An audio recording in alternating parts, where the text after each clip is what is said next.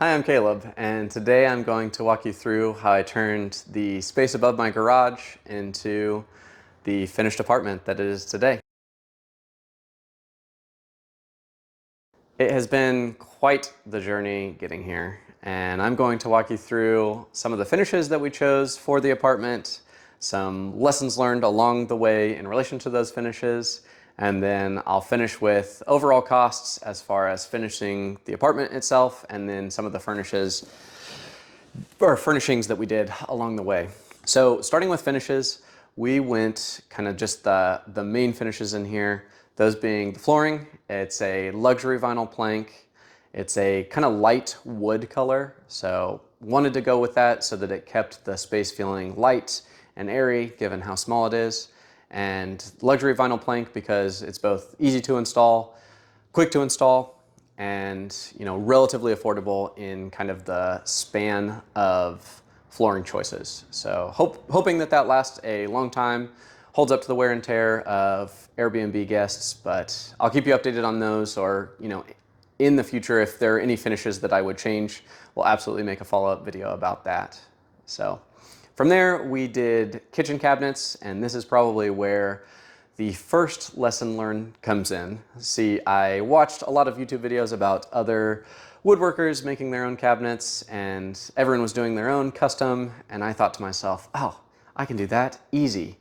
And it turned out that it was not a challenge that I was willing to tackle at this specific time.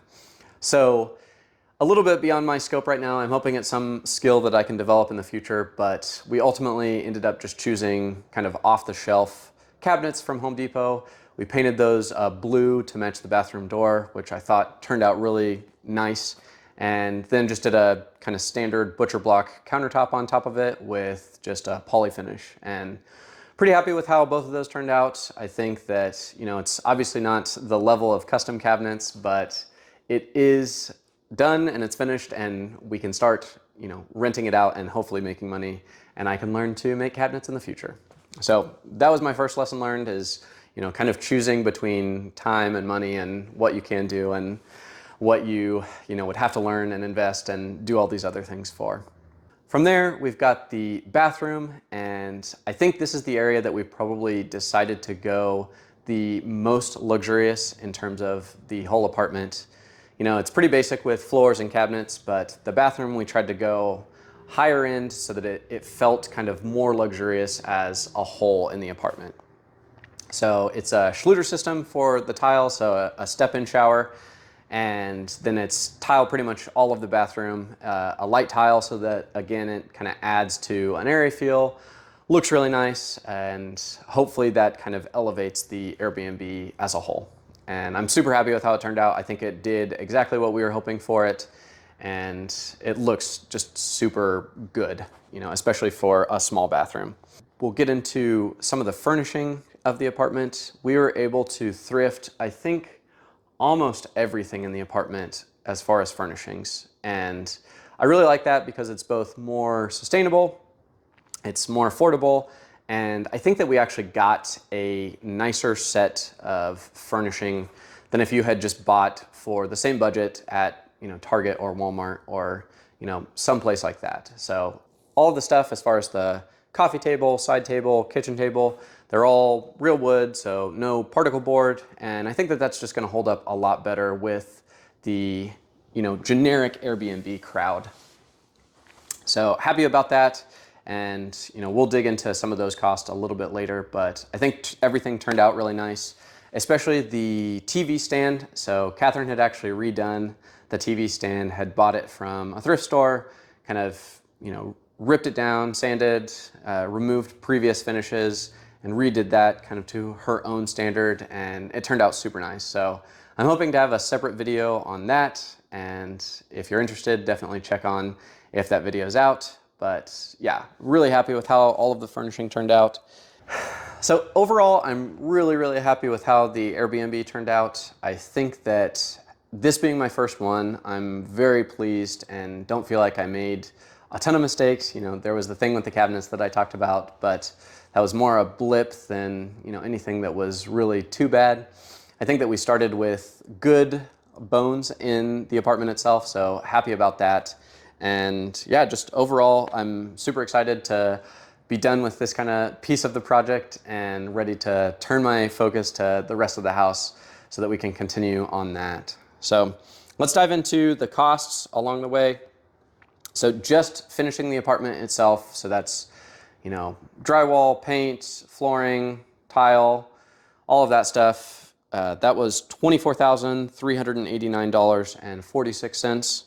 I feel like that's a fairly reasonable sum finishing a space like this. And, that was a mix of us doing some of that work ourselves and then, hiring out some of the other. So we hired out drywall and the tile, and I think almost everything else was us. So good mix there. I think kind of capitalizing on what we can do and what we think other people can do better than us, and happy to be done with all of that. Then from there, the furnishings in the apartment were $2,345.46. So again, mostly thrifted, some redone stuff. The one new thing, I think we bought a new carpet, but overall, super happy with that number. I think we easily could have spent twice that for really what I think would be a similar level of furnishing in here. So pleased with that, which brings us to a grand total cost of $26,734.92. So, that's obviously not no sum of money, but given that this is an Airbnb, it is intended to hopefully make us money. I don't have a good feel of kind of what we will be able to bring in and then what a consistent number to bring in will be. But we are in an area that is growing, expanding, lots of new stuff. So I think there's a good likelihood that this place stays relatively filled.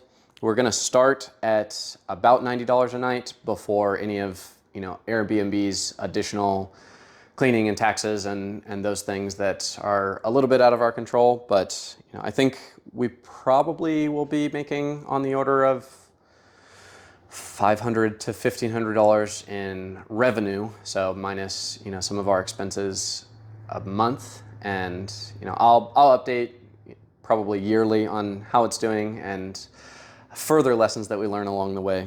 So that's the Airbnb. Super appreciate you tuning in to see kind of what we've done and all of the updates and changes that we've made.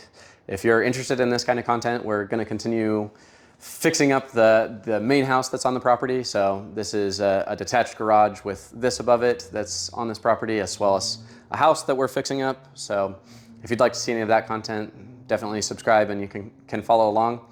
If any of this was helpful, I'd love if you liked this video. Comment if you have any questions, any other comments on finishes, what you like, dislike. I'm super interested just what people think about Airbnbs and how they would do it differently. So appreciate you tuning along. It's been definitely a learning opportunity and have done and learned a lot on this Airbnb. So excited to be actually on the renting out portion now. But appreciate you watching, and until next time, I'll see you later.